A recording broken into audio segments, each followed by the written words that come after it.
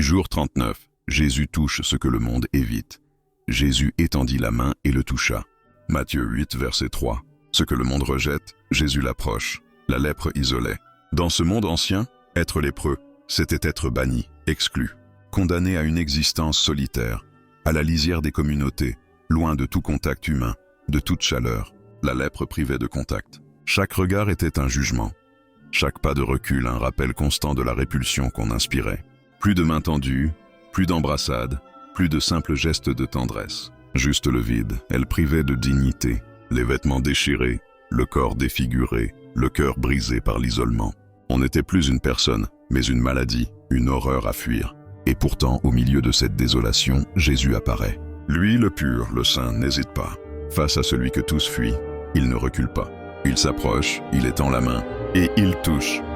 Ce geste, simple en apparence, brise des siècles de peur, de préjugés, de lois rituelles. Quand il a vu le lépreux, il a étendu la main et l'a touché, disant « Je le veux, sois purifié ».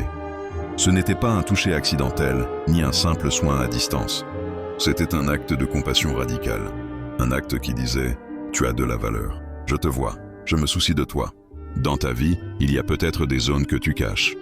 Des aspects de toi-même dont tu as honte. Des erreurs passées que tu gardes enfouies. Des faiblesses que tu n'oses pas montrer. Des coins sombres de ton âme que tu penses indignes d'être vus. Ou pire, d'être touchés. Des blessures que tu évites. Des douleurs profondes qui n'ont jamais cicatrisé, des trahisons qui ont laissé des marques indélébiles, des expériences qui t'ont rendu méfiant, blessé, isolé, tout comme la lèpre isolait jadis. Tu essaies de les ignorer, de les cacher, pensant qu'elles disparaîtront d'elles-mêmes ou que personne ne pourrait les comprendre. Mais Jésus ne fuit pas. Il n'évite pas les zones d'ombre de nos vies. Il ne détourne pas le regard de nos blessures les plus profondes. Au contraire, c'est précisément là qu'il veut intervenir. Il touche pour guérir. Son contact n'est pas contaminateur, il est purificateur. Il n'est pas un juge, mais un restaurateur. Là où le monde rejette, il accepte. Là où le monde condamne, il pardonne.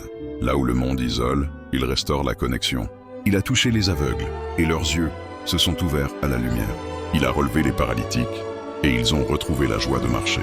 Il a restauré les cœurs brisés, ceux que la vie avait meurtris, leur rendant l'espoir et la dignité. Aucune blessure n'est trop profonde pour lui.